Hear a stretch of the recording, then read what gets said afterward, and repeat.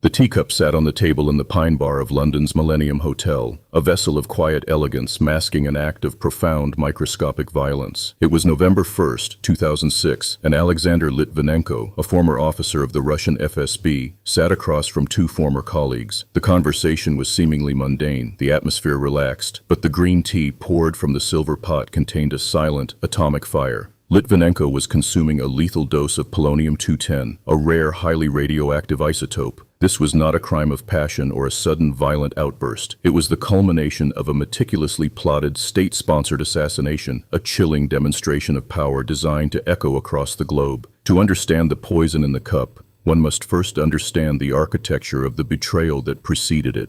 Alexander Litvinenko was once an insider, a trusted operative within the formidable intelligence apparatus of post-Soviet Russia. His world was one of shadows, state secrets, and unquestioning loyalty to the agency that had replaced the KGB. But loyalty, in the murky corridors of power, is often a fragile construct, easily shattered by the intrusion of conscience or the observation of systemic rot. Litvinenko's fatal transgression was not a quiet defection, but a loud, public fracturing of the intelligence community's most sacred code of silence.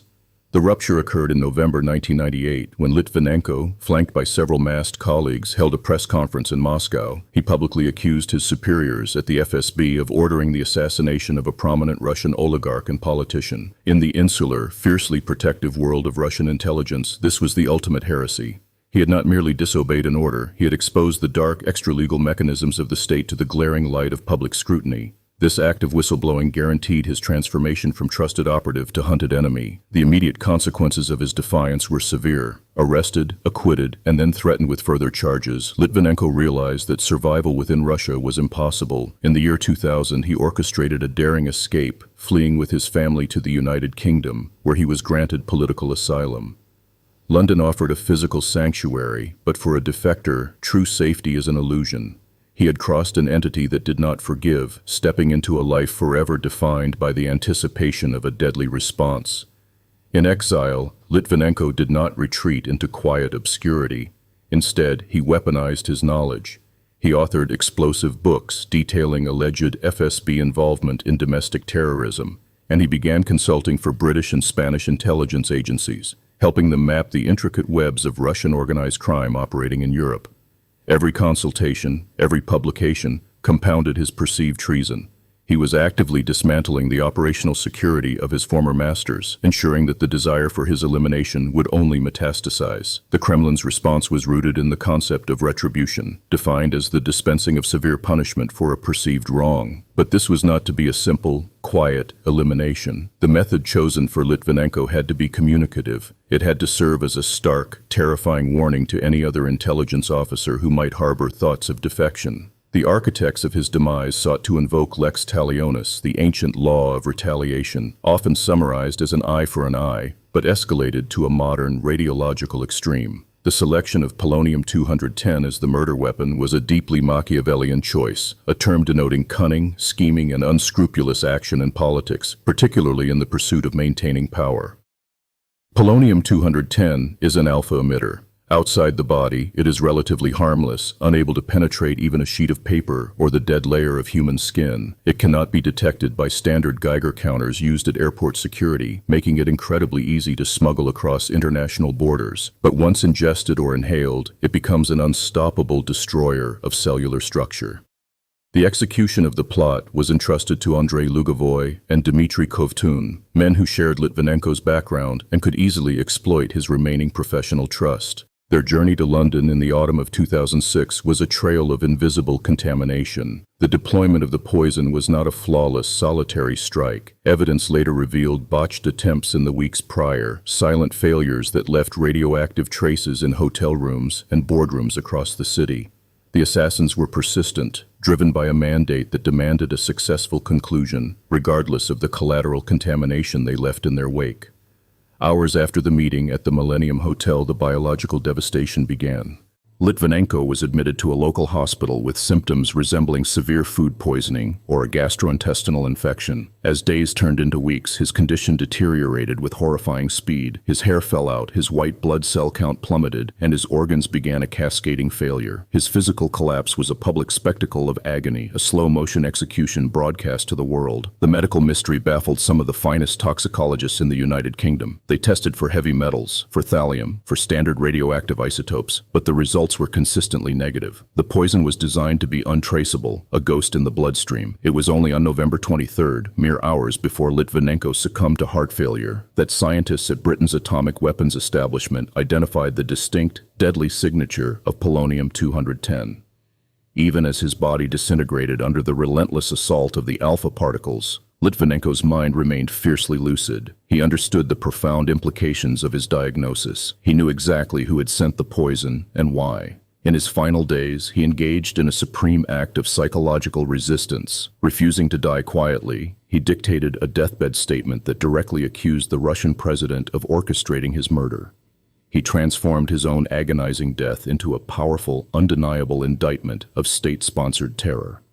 The revelation of polonium-210 triggered an unprecedented public health crisis and a massive criminal investigation. London suddenly became a radiological crime scene. Scotland Yard detectives, armed with specialized equipment, traced the assassin's movements backward. They found the invisible glowing trail on British Airways jets, in the Emirates Stadium, in the offices of security firms, and deeply embedded in the teapot at the Pine Bar. The sheer recklessness of the operation shocked the international community. Thousands of Londoners had been unwittingly exposed to a deadly nuclear substance. The geopolitical fallout was immediate and severe. The United Kingdom demanded the extradition of Lugovoy and Kovtun to face charges of murder.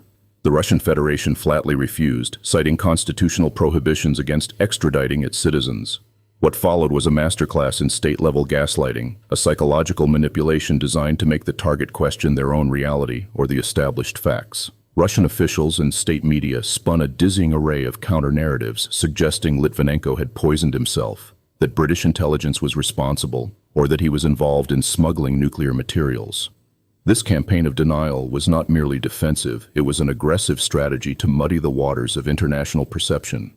By flooding the diplomatic channels with absurdities and counter-accusations, the architects of the assassination sought to exhaust the British legal system and create a paralyzing fog of doubt. The refusal to cooperate effectively froze diplomatic relations, plunging the United Kingdom and Russia into a deep, protracted chill reminiscent of the darkest days of the Cold War. Years of legal and diplomatic maneuvering culminated in the 2016 UK public inquiry, a rigorous, independent examination of the evidence. The inquiry's findings were stark and unequivocal.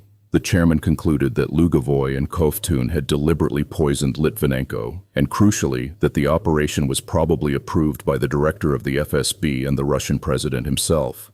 The inquiry stripped away the layers of plausible deniability, formally branding the event as a state-sponsored assassination on foreign soil. Yet, analyzing the assassination through the lens of strategic statecraft reveals a complex paradox. The operation was, in many ways, a Pyrrhic victory, a success that inflicts such a devastating toll on the victor that it is tantamount to defeat. The Kremlin successfully eliminated a vocal critic and sent a chilling warning to potential defectors. However, the use of a rare, easily traceable nuclear isotope loudly broadcast their ruthlessness to the globe, permanently damaging international trust and triggering severe economic and diplomatic sanctions. The poison that silenced one man amplified his message 1,000-fold. The psychological toll of this saga extends far beyond the immediate victim. It fundamentally altered the landscape of international espionage and the lives of dissidents worldwide. The Litvinenko case demonstrated that national borders offer no absolute protection against a state apparatus determined to exact revenge. It instilled a pervasive, creeping paranoia among exiles, a terrifying realization that a mundane encounter, a shared meal, or a simple cup of tea could be weaponized with devastating precision. Furthermore, the brazen nature of the attack forced Western democracies to confront an uncomfortable reality regarding the limits of international law. How does a sovereign nation respond when a foreign power deploys a radioactive weapon in the heart of its capital? The traditional tools of diplomacy and criminal justice proved inadequate against a state actor willing to operate with such profound disregard for human life and international norms. The assassination exposed a terrifying vulnerability in the modern, interconnected world. Alexander Litvinenko's slow, highly public death remains a watershed moment in the history of state-sponsored violence. It bridged the gap between the clandestine poisonings of the Cold War and the brazen, asymmetrical warfare of the 21st century. The Polonium-210 did not just destroy the cellular structure of a single defector, it irradiated the diplomatic ties between East and West, leaving a toxic legacy of suspicion and hostility that endures to this day. The silence that followed his death was not the quiet of a closed case, but the heavy, expectant hush of a world forever changed. The betrayal that began with a broken oath in Moscow culminated in a radioactive grave in London, a stark monument to the lengths to which powerful entities will go to punish perceived disloyalty.